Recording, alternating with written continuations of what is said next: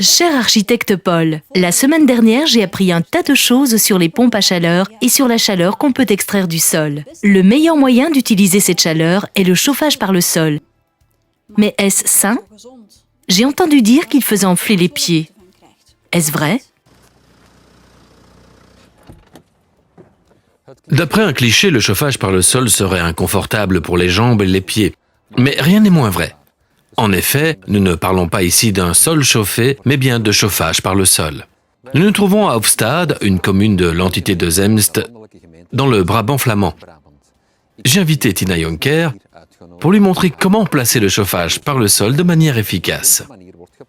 Le meilleur système pour utiliser la chaleur produite est le chauffage par le sol.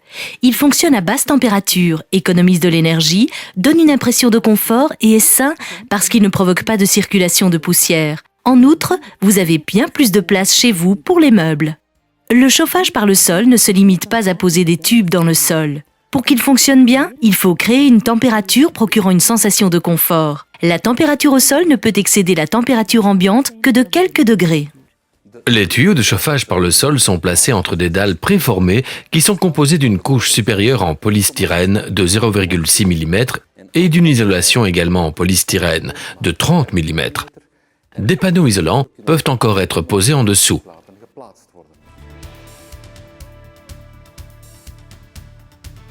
Ce profil à plot spécifique permet une pose rapide et efficace des tubes du chauffage par le sol. La dalle à plot protège le tube de chauffage contre tout dommage après la pose.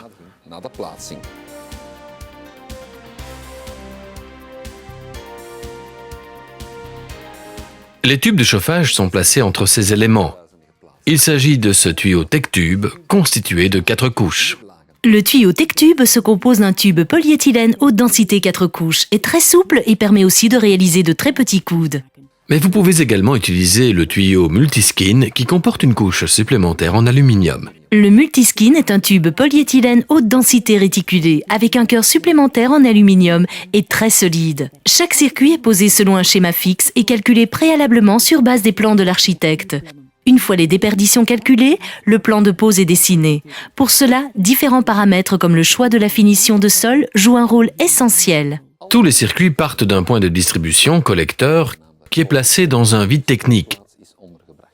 Chaque circuit part du collecteur jusqu'au point central de cette zone, puis revient vers le collecteur.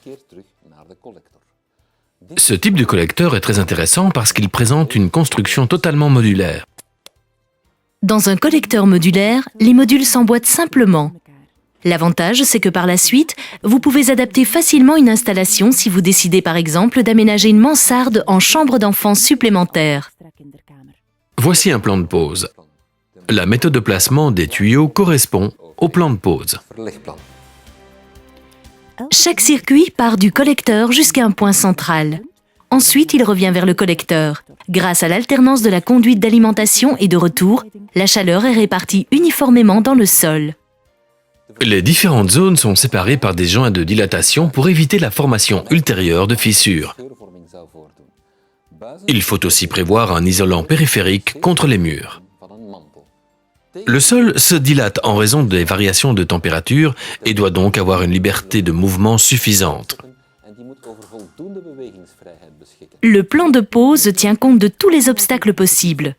Il faut ainsi tenir compte des conduites électriques ou sanitaires, mais également des zones où il ne peut pas y avoir de chauffage par le sol, comme les toilettes, la cheminée décorative ou autres.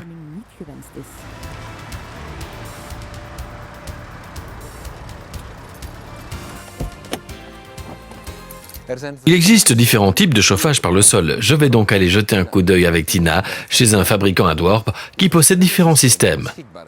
Cette entreprise ne livre pas seulement les matériaux, elle réalise l'étude et procure aussi l'assistance technique à l'installateur sur le chantier. Il existe différents systèmes. Ce système est par exemple le système à taquet. On l'appelle aussi le système agrafé et ceci provient du fait que les tubes sont agrafés avec cette agrafeuse géante. Le système à taquet est un système simple. Il est principalement utilisé en combinaison avec une isolation de sol en polyuréthane ou pur, projeté et mis en œuvre sur place. Cette exécution recourt aux dalles à plot la technique de fixation que nous venons de voir à Hofstade. Les dalles sont idéales grâce à leur montage aisé et rapide, ainsi qu'à leurs propriétés en matière d'isolation thermique et acoustique. Ceci est le système SEG qui s'utilise lorsque la hauteur de construction disponible pour un chauffage par le sol est faible. C'est surtout le cas de la rénovation. Avec ce système, vous n'avez plus non plus besoin de chape. Le poids supporté par un sol existant est donc réduit. Ce système à rail est souvent utilisé dans des cas d'extravagance architecturale.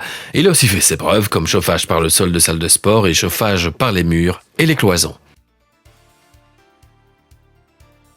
Ce système de treillis s'utilise surtout en cas de support très irrégulier. Après la pause, le tube de chauffage sera partout au même niveau et la chaleur se diffusera plus uniformément. Avant d'opter pour un système de chauffage par le sol, vous devez connaître les possibilités pour votre situation spécifique. C'est la raison pour laquelle il est préférable que vous en discutiez préalablement avec votre architecte ou votre installateur, qui examinera les différentes possibilités et les confrontera aux possibilités techniques sur le marché. L'étude du système de chauffage par le sol est basée sur le plan de l'architecture. Il s'agit du plan établi par l'architecte. Ces plans sont généralement numériques et peuvent donc être envoyés par email au service d'études du fabricant.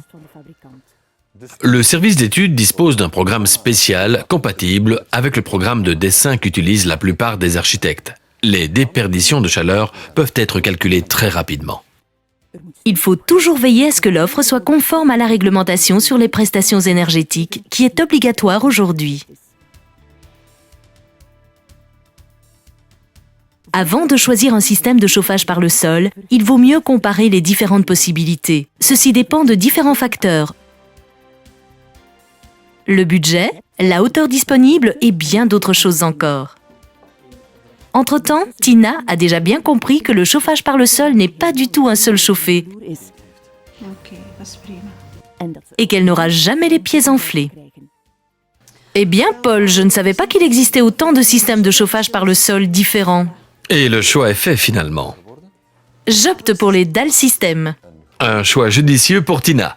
Vous trouverez plus d'infos sur cette émission et sur le chauffage par le sol sur notre site web www.bowenwoladvise.be. Et si vous avez une question ou un problème, faites-le nous savoir. Peut-être que la semaine prochaine, nous viendrons chez vous pour résoudre le problème.